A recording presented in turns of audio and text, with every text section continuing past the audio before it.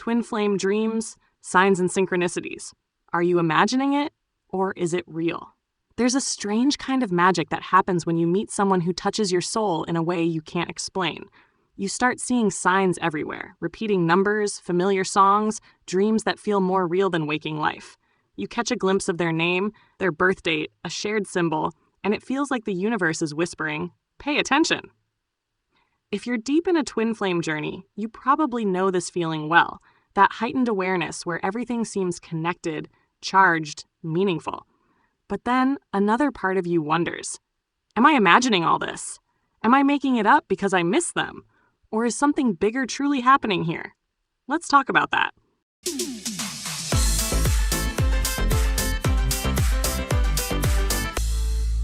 This isn't about blind belief or skepticism. It's about understanding what these signs and synchronicities actually are, why they show up, and how they serve your healing and awakening, not your obsession or confusion. So let's explore this deeply and gently. The dreams, numbers, music, coincidences, and telepathic moments, and decode what they really mean in the grander soul process. 1. The language of the universe. The universe doesn't speak English. It speaks energy, symbols, and synchronicity.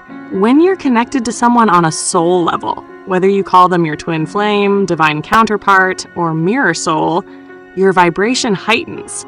You begin to perceive life not just through logic, but through resonance.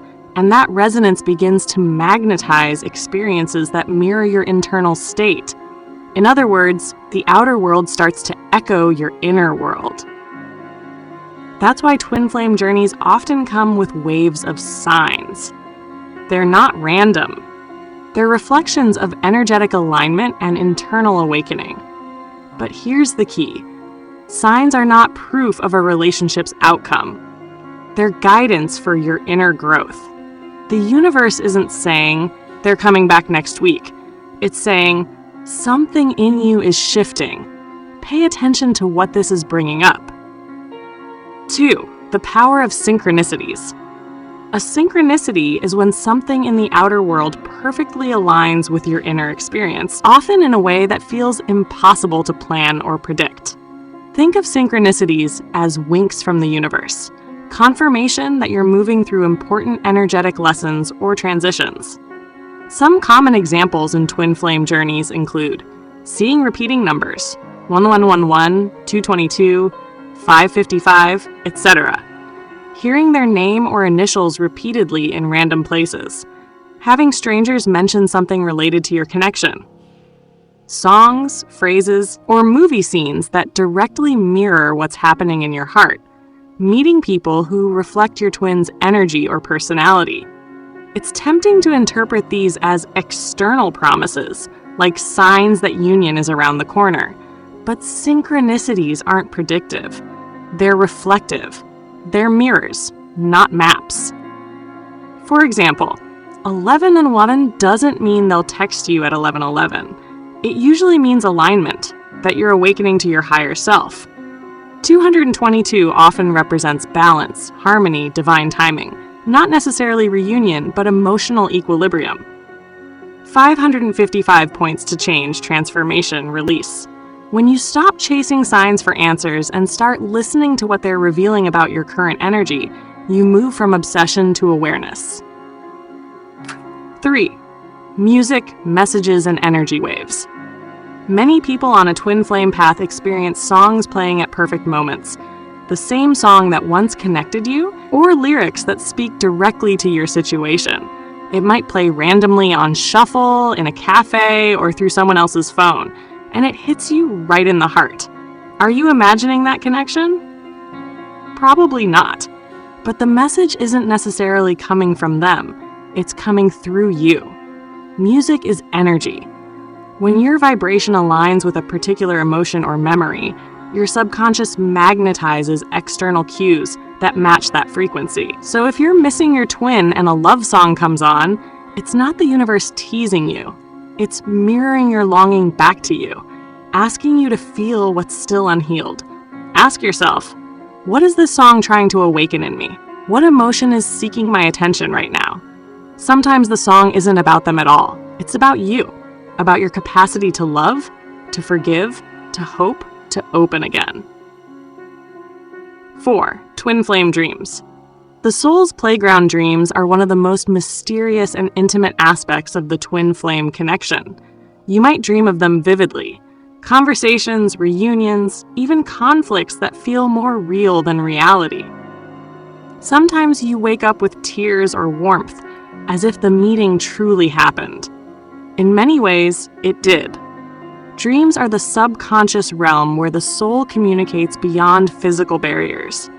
When you and your twin are not in contact or are in separation, your higher selves may use dreams as a neutral ground for connection and healing. But, and this is important, not every dream about them is them.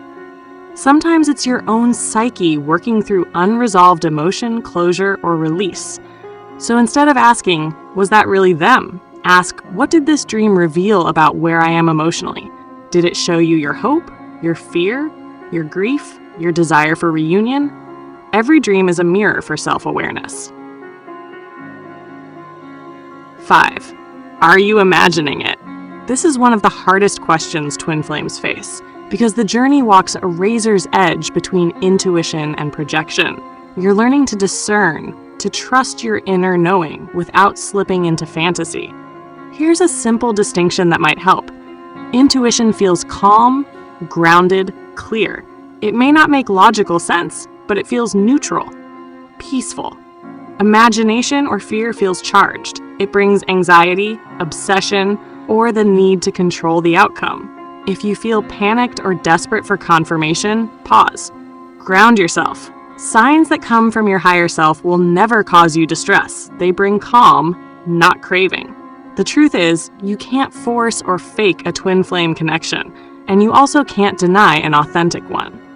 The work is to stay balanced enough to interpret signs through love, not longing. The bigger meaning behind all the signs.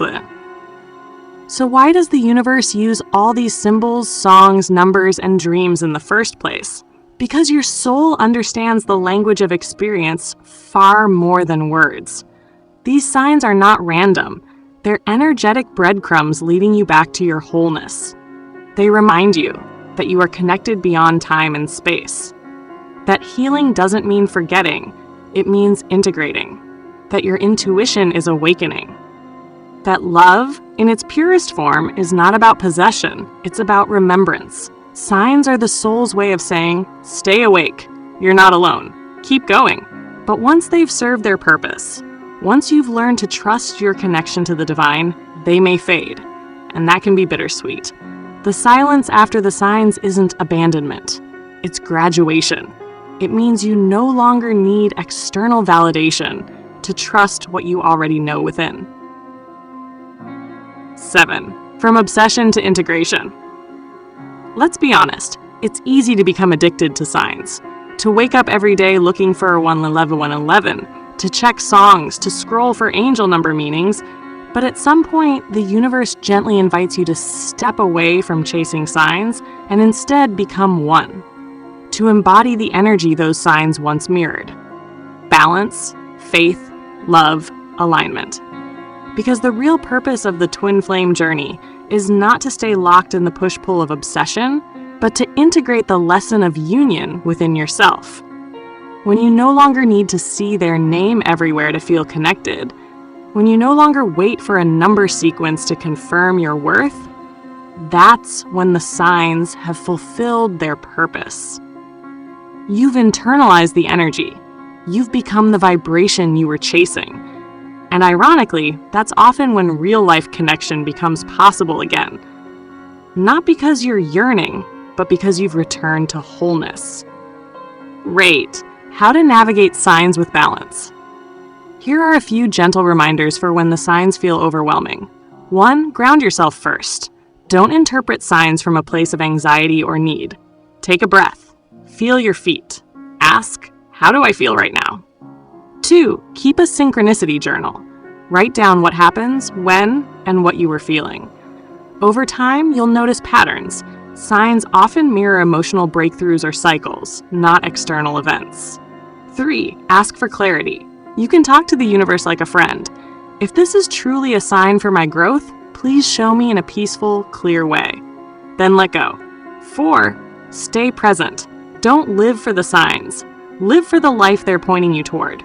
5. Focus on the inner meaning, not outer outcome. Every time you see something about them, ask, what does this reveal about me?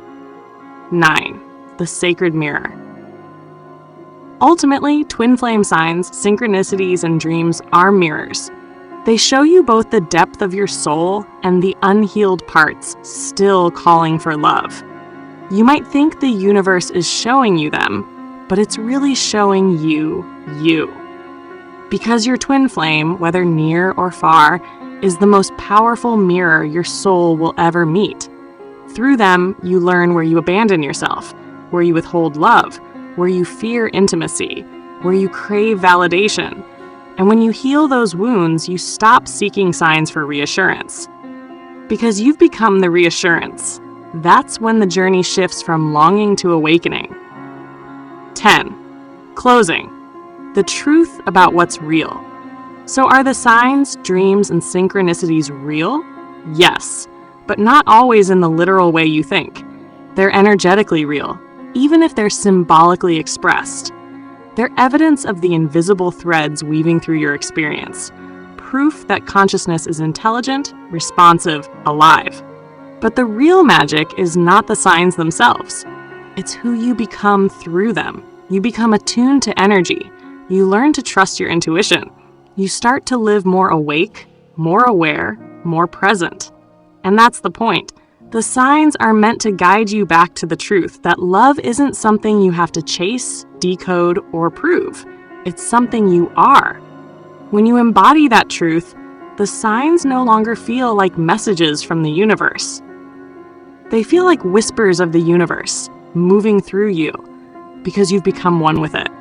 So the next time you see their name or that familiar number sequence, or hear that song at the exact right moment, smile. Don't cling to it. Don't overthink it. Just breathe it in and say, thank you for reminding me that I'm on the path. Thank you for reminding me that love is guiding me home. Because it always is.